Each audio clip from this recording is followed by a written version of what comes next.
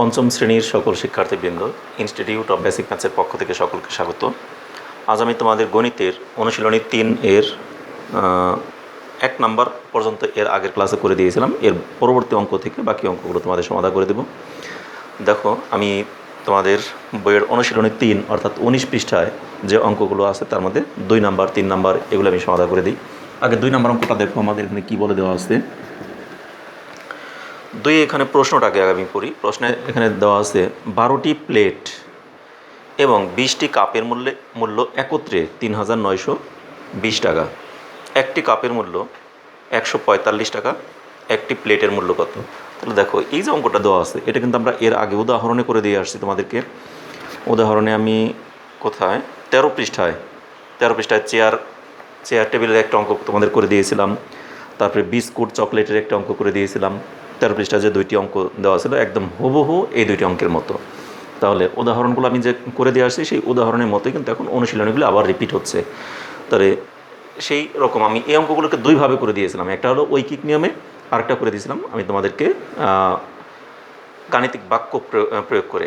তাহলে গাণিতিক বাক্যটা আমি বলছিলাম একটু সহজ হয় যদি একটু বুঝতে পারো।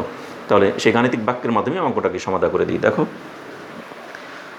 যদি গাণিতিক বাক্যে আগের দিন একটু তোমাদের গ্যাপ থেকেও যায়, যদি বুঝতে তোমাদের আগের ক্লাসগুলোতে যদি একটু সমস্যা হয়, আজ আবার এটাকে দেখলে এটা দ্বিতীয়বার দেখলে তোমার এই ক্লাসগুলো কিন্তু একেবারেই সহজ মনে হবে। তখন গাণিতিক বাক্যটা তোমার কাছে মনে হবে যে না, এটাই সবচেয়ে সহজ।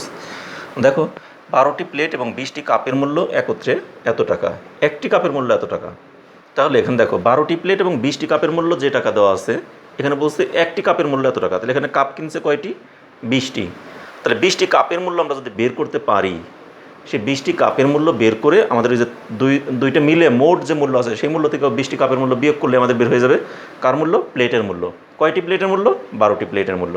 তাহলে আমাকে বলছে একটি প্লেটের মূল্য কত। তাহলে যে মূল্যটা বের হবে এটাকে 12 দ্বারা ভাগ করলে বের হয়ে যাবে। তো দেখো, আমরা এখানে ই করি, দেওয়া আছে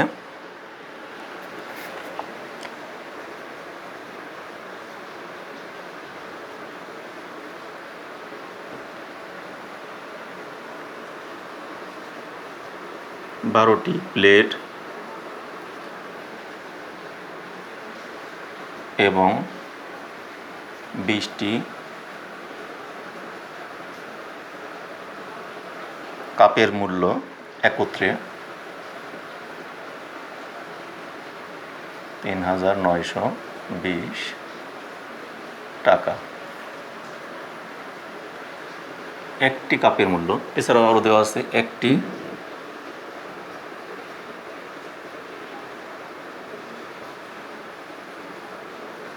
মূল্য 145 টাকা এ দেওয়া আছে, তাই না? তাহলে একটি প্লেটের মূল্য আমাকে বের করতে বলছে। তাহলে একটি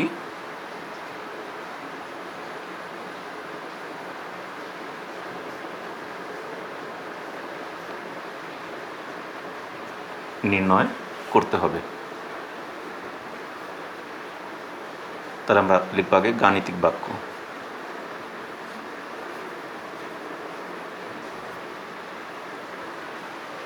দেখো, এখানে আমাদের মোট মূল্য কত? 3920 টাকা। তাহলে এখানে আমাদের দেখো 3920 টাকা হলো সবগুলোর মূল্য। সবগুলো বলতে কি? 12টি প্লেট এবং 20টি কাপের মূল্য।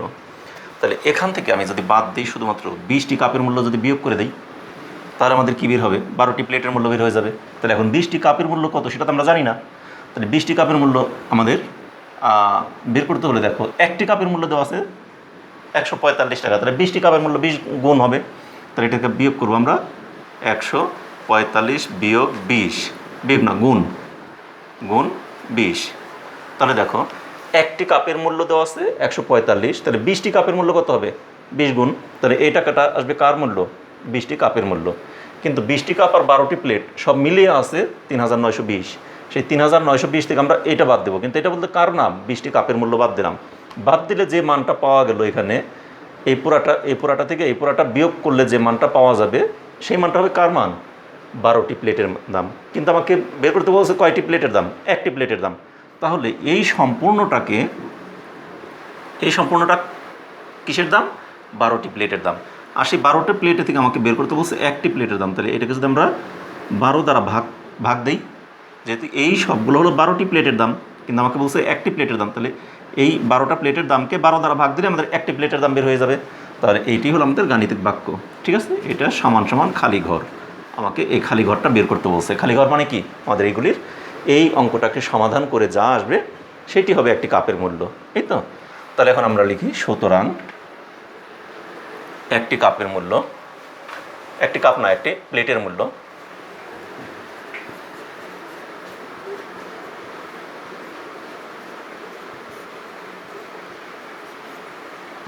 সমান সমান, এই লাইনটি আবার লিখব, 3920 বিয়োগ 145 গুণ 20 সেকেন্ড ব্র্যাকেট ক্লোজ ভাগ 12 টাকা সমান সমান। এটাকে আমরা এখন সমাধান করব। তাহলে দেখো, সেকেন্ড ব্র্যাকেট আমাদের রয়ে গেল 3920 বিয়োগ, আমাদের কি আগে ফার্স্ট ব্র্যাকেটে কাজ করতে হবে। এখন প্রথম বন্ধনীর কাজ আমরা কীভাবে, তোমাদের সহজ কিছু পদ্ধতি দেখাইছিলাম। ডান পাশে একদম লাস্টে একটা শূন্য আছে, তাহলে শূন্য বাদ দিয়ে আমরা 2 দিয়ে আগে এটাকে গুণ করি। তাহলে 2 দিয়ে আমরা গুণ করতে গেলে 2 দিয়ে 5কে গুণ করলে 5 দুগুণে 10 শূন্য, হাতের হলো 1, 4 দুগুণে 8 আর হাতের 1-এ 9, তারপর 2 1-এ 2। তাহলে আমাদের 145কে 2 দ্বারা গুণ করে আমরা পেলাম 290। এখন ওই যে ডান পাশে একটা শূন্য ছিল, ওই শূন্যটাকে বসিয়ে দিলাম। আমার রাফ কিন্তু করার দরকার পড়লো না। এখন এটা আমাদের সেকেন্ড ব্র্যাকেটটা, আমরা প্রথম বন্ধনীর কাজটা হয়ে গেল এবং দ্বিতীয় বন্ধনীটা দিয়ে রাখলাম, ভাগ 12 এই টাকাটাকে এরকম ডট ডট দিয়ে দিতে পারি, অথবা বারবার আমি লিখেও যেতে পারি। ঠিক আছে, সমান সমান। দেখো, আমার কিন্তু এই সমান সমানগুলো এই লেভেলেই হতে হবে। একটি প্লেটের মূল্য সমান সমান দিয়ে এই লাইনটা লিখলাম, তারপরে পরবর্তী সমান সমানগুলো এখানে হতে হবে। এখন তোমাকে আমি একটা কথা বলি, যদি তোমাদের খাতায় মনে করো এত বড় লাইনটা তোমাদের জায়গা হলো না, তাহলে সেক্ষেত্রে কী করবা, একটি প্লেটের মূল্য লিখে একটু হাইফেন দিয়ে দাও, তারপরে এখান থেকে এই বাকি অঙ্কটুকু এখান থেকে শুরু করো। একটি প্লেটের মূল্য হাইফেন দিয়ে তারপরে এখান থেকে সেকেন্ড ব্র্যাকেট দিয়ে বাকিটা শুরু করবে। তার পরবর্তী লাইন এইখানেই যে সমান সমান একই লেভেলে থাকবে। ঠিক আছে, এভাবে তোমরা অঙ্কগুলোকে সমাধান করতে পারো। আচ্ছা, যাই হোক, এখন আমরা এটাকে বিয়োগ করব। শূন্য আছে কত হলে শূন্য হবে, শূন্য। শূন্য আছে কত হলে 2 হবে, 2। 9 আছে কত হলে 9 হবে, 0। 2 আছে কত হলে 3 হবে, 1। তাকে ভাগ দিব 12 দিয়ে, সমান সমান। এখন 12 দিয়ে 1020কে ভাগ করব। এখন 1020কে 12 দ্বারা ভাগ করতে গেলে আমাদের কী করতে হবে, সেটা আমরা এখানে রাফ ছাড়া পারবো না। 12 দ্বারা 1020কে ভাগ করব। 5 বারং 60, 6 বারং 72, 7 বারং 84, 8 বারং 96। তাহলে 8 বারং 96। ও, ভাগটা তোমরা এইভাবে না করে ওই উপরে দিয়ে দাও, এখানে 8 বারং 96।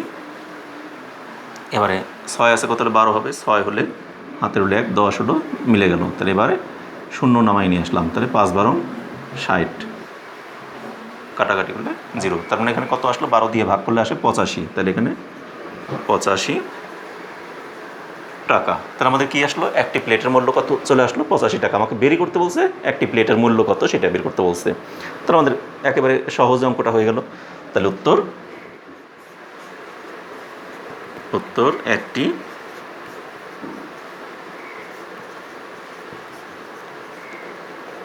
মূল্য 85 টাকা, শেষ।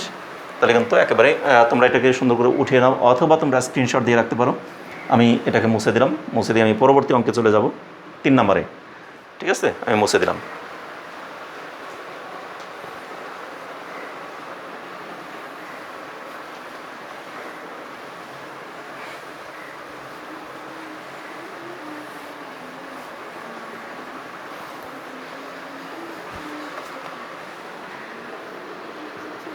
তিন নম্বরে এখানে কী দেওয়া আছে, আগে আমরা অঙ্কটাকে একটু পড়ি, বুঝি, তারপর আমরা অঙ্কটাকে সমাধান করি। দেখো, একটি মুদি দোকানে একটি খাতা 18 টাকায়, একটি পেন্সিল 8 টাকায় এবং একটি জ্যামিতিক ত্রিকোণী কত 25 টাকা বিক্রি হয়। মানে একটি মুদি দোকানে একটি খাতা হয় 18 টাকায়, পেন্সিল বিক্রি হয় 8 টাকা এবং জ্যামিতিক ত্রিকোণী বিক্রি হয় 25 টাকায়। আমরা 4টি খাতা, 8টি পেন্সিল এবং 2টি জ্যামিতিক ত্রিকোণী কেনার জন্য বা কেনার সময় 500 টাকা যদি আমরা দেই দোকানদারকে, তাহলে কত টাকা ফেরত পাবো।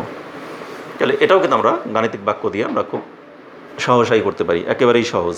দেখো, এখানে তোমরা একটু চিন্তা করে দেখো, একটি খাতার দাম 18 টাকা, তাহলে আমরা খাতা কিনলাম কয়টি? 4টি, তাহলে 4 দ্বারা গুণ করলে 4টি খাতার দাম বের হয়ে যাবে। আবার একটি পেন্সিলের দাম 8 টাকা, তাহলে আমরা পেন্সিল কিনলাম কয়টি? 8টি, তাহলে এই 8 দ্বারা আমরা পেন্সিলের দামকে গুণ করলে আমাদের পেন্সিলের দামটা বের হয়ে যাবে। আবার একটা জ্যামিতিক ত্রিকোণের দাম হলো 25 টাকা, কিনলাম কয়টি? 2টি, তাহলে 2 দ্বারা গুণ করলে ওইটা বের হবে। তাহলে সবগুলো দামকেই আমরা পরিমাণ দ্বারা গুণ করে তাহলে মোট আমাদের ক্রয় মূল্যটা বের করে ফেলতে পারি। তাহলে এখন আমি দোকানদারকে দিলাম কত? 500 টাকা। তাহলে 500 থেকে যদি আমি এই সবগুলোকে বিয়োগ করি তাহলে আমাদের পাওয়া যাবে আমার ফেরত টাকাটা। এই তো, তাহলে একেবারেই সহজ। তাহলে এইভাবেই আমরা গাণিতিক বাক্য তৈরি করব। দেখো কীভাবে তৈরি করি, একটু মনোযোগ দিয়ে দেখো। তাহলে আমরা এগুলিকে কিন্তু ঐকিক নিয়মে করলাম না একটাও।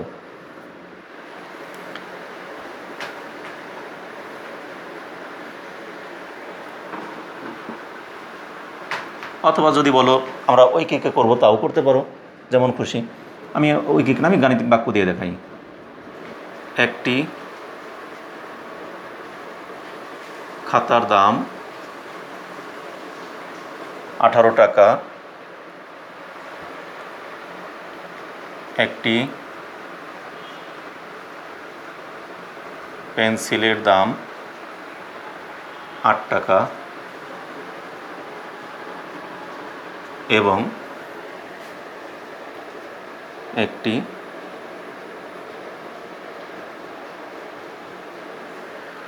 জ্যামিতিক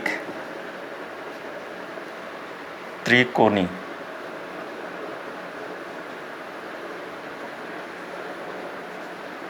$25 টাকা হলে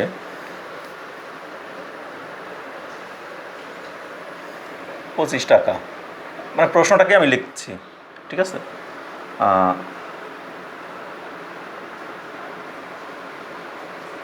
4টি খাতা, 8টি পেন্সিল ও 2টি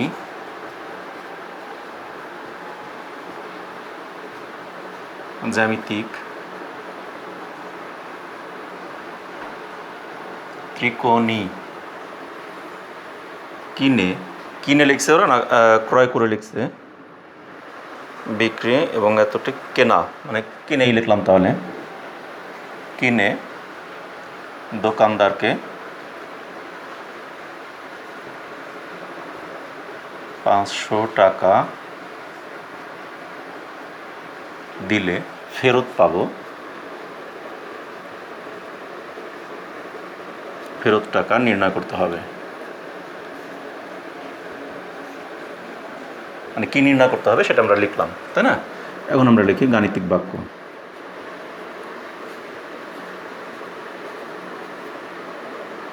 গাণিতিক বাক্য দেখো, আমরা দোকানদারকে দিলাম কত টাকা? 500 টাকা। এটা আমরা দিলাম, দিয়ে এখন ফেরত পাবো কত সেটা আমরা বের করব। এখন একটি খাতার দাম 18 টাকা, খাতা কিনছি কয়টি? আমরা 4টি, তাহলে 4 গুণন 18, তাহলে 4টি খাতার দাম বের হয়ে গেল। তার সাথে যোগ করব একটি পেন্সিলের দাম 8 টাকা, কিন্তু পেন্সিল কিনছি কয়টি? 8টি, তাহলে 8 গুণন 8, এটা আমাদের পেন্সিলের দাম বের হয়ে গেল। একটি জ্যামিতিক ত্রিকোণের দাম হলো 25 টাকা, তাই না। 25 টাকা আমরা কিনছি কয়টি? 2টি, তাহলে 2 দ্বারা গুণ করলে এটা বের হয়ে গেল। এই তো, তাহলে আমরা মোট জিনিস কিনলাম কয় টাকার? 4টি খাতা 18 টাকা করে, 8টি কলম পেন্সিল 8 টাকা করে, তারপর 2টি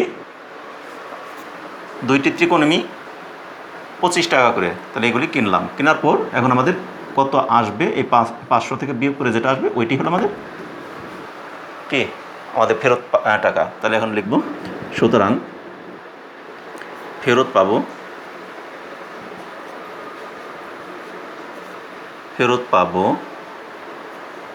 500 বিয়োগ ওইটা কি আবার লিখব 4 গুণন 18 যোগ 8 গুণ 8 গুণ যোগ 2 গুণ 25 এত টাকা। তাহলে দেখো এই সোজা আমরা সমান সমানটা দিব 500 বিয়োগ এখানে 18 দুগুণে 36 দুগুণে 72 যোগ 8 8 64 যোগ 25 দুগুণে 50, তাই না। আমরা এখানে সব গুণ করে ফেললাম। এখন দেখো এখানে 500 বিয়োগ এই সবগুলোকে যোগ করব 0 4 আর 2, 4 আর 2 6, 5 আর 6 11 আর 7 18, তাহলে এত টাকা। এখন 500 থেকে এটা বিয়োগ করব, 6 আছে কত হলে 10 হবে, 4 হলে হাতের হলো 1, 9 আছে কত হলে 10 হবে, 1 হলে হাতের হলো 1, 2 আছে কত হলে 5 হবে, 3 হলে। তাহলে আমাদের কত টাকা ফেরত পাবো? 314 টাকা। তাহলে উত্তর ফেরত পাবো। এখানে আমাদের বলছে কি কত টাকা ফেরত পাবো, উত্তর ফেরত পাবো 314 টাকা। একেবারেই সহজ, তোমরা বুঝতে পারছো কিনা আশা করি বুঝতে পারার কথা। কারণ এখানে আমরা একটি খাতার দাম 18 টাকা, আমরা খাতা কিনলাম কয়টি? 4টি। তাহলে 4 দ্বারা গুণ করলে এটা আসলে আমাদের খাতার দাম। একটি পেন্সিলের দাম 8 টাকা, পেন্সিল কিনলাম 8টি, তাহলে 8 8 64 টাকার পেন্সিল কিনছি। আর একটি ত্রিকোণীর দাম হলো 25 টাকা, কিনলাম কয়টি? 2টি, তাহলে 25 দুগুণে 50 টাকা হলো আমাদের ত্রিকোণীর দাম। তাহলে এই সবগুলোকে যোগ করলাম, যেগুলি গুণ করলাম, গুণ করে ওই সবগুলোকে যোগ করে পাইলাম কত? 186 টাকার জিনিস কিনলাম। কিন্তু দোকানদারকে আমি দিলাম কত? 500 টাকা। সেই 500 থেকে আমরা 186 বিয়োগ করলে পাইলাম 314 টাকা যে রয়ে গেল, এইটি হলো আমাদের ফেরত টাকা। তাহলে দোকানদার আমাকে 314 টাকা ফেরত দেবে। তাহলে এটা কিন্তু আমাদের সবচেয়ে সহজ। এখন তোমাদেরকে আমি একটা কথা এর আগেও বলছিলাম আমি উদাহরণ করানোর সময়, যে তোমাদের সময় যদি স্বল্পতা থাকে তাহলে তোমরা এই উপরের যে লাইন 3টা লিখলাম, এটা কিন্তু আমি হুবহু শুধু প্রশ্নগুলো লিখছি। প্রশ্নগুলো লিখে প্রশ্নের মধ্যে লিখছিল কত টাকা ফেরত টাকা নির্ণয় করতে হবে, তাই না? এখানে কি বলছে? ফেরত টাকা, কত টাকা ফেরত পাবে এটা বলছে প্রশ্নে।